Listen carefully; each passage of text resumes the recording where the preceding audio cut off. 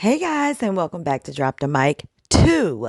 As y'all come in that door, hit that like button. Don't forget to subscribe to my channel. And remember that everything that I say over here is alleged. It's in my opinion and it's for entertainment purposes only. All right, you guys, let's hop right into it. What they train for, this is how they go about this. Do they have to do this in every raid, so to speak? You know, if you're not getting pushback or opposition, or there's no danger posed from any of the individuals in the house, why do they have to have such manpower like this?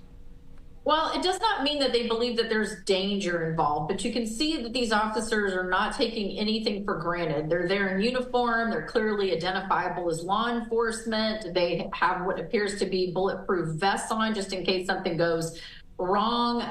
They have a certain lineup. They know in that stack, if you will, person who is going to be in front all the way down to the person who is going to be at the back. They know who's responsible for breaching the doorway. And it's not the kind of thing you can see. There's such a difference all the way from where the gate to that property that we're looking at now is all the way to the front door of the actual residence. There's some time. So what law enforcement does not typically want to do is ring the doorbell and have a little chat with whoever's on the inside of the house, so that if somebody has a flash drive or something that they might want to flush down the toilet or otherwise remove from the residence or somehow hide, they have time to deal with it. These law enforcement officers have a plan, and they're executing a plan where they also want the element of surprise to be on their side. Here, we're going to be bringing into the conversation very soon some of our legal analysts and law enforcement experts who know how these investigations proceed. And you might have been listening to our friends at Fox 11 there.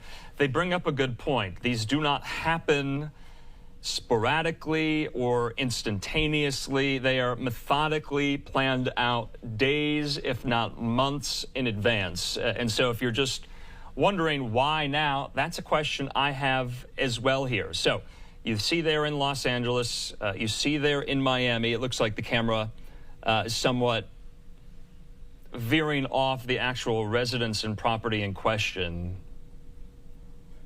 from Diddy, but we're going to keep it up nonetheless. This is coming to us from our partner, WSVN, down there in South Florida.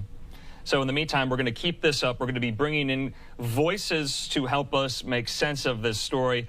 Why now? What could go into a probe like this, a federal sex trafficking probe?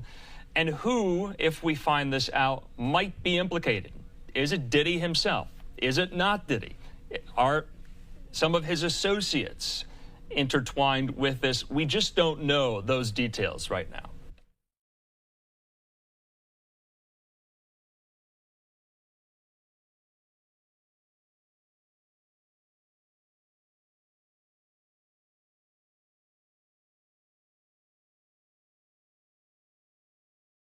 Like I said, Fox 11 in Los Angeles, this is an exclusive to them. I mean, they were over, Sky Fox was over this first. Haley Winslow down there on the ground doing some great reporting, trying to get a better sense of the situation, a better handle of the situation, as she was reaching out to sources within Homeland Security.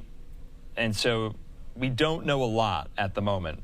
What we know right now is happening live as we speak. Residents affiliated and connected with the music mogul and rapper Sean Diddy Combs are being raided right now by numerous law enforcement officials in what we are told, according to Fox 11 in Los Angeles, is a probe into a federal sex trafficking investigation. Now both there in Los Angeles and in Miami, Florida. So we are overhead both of the residences in question. We do not know, essentially, because we did not see live how the basically the breach went in Miami.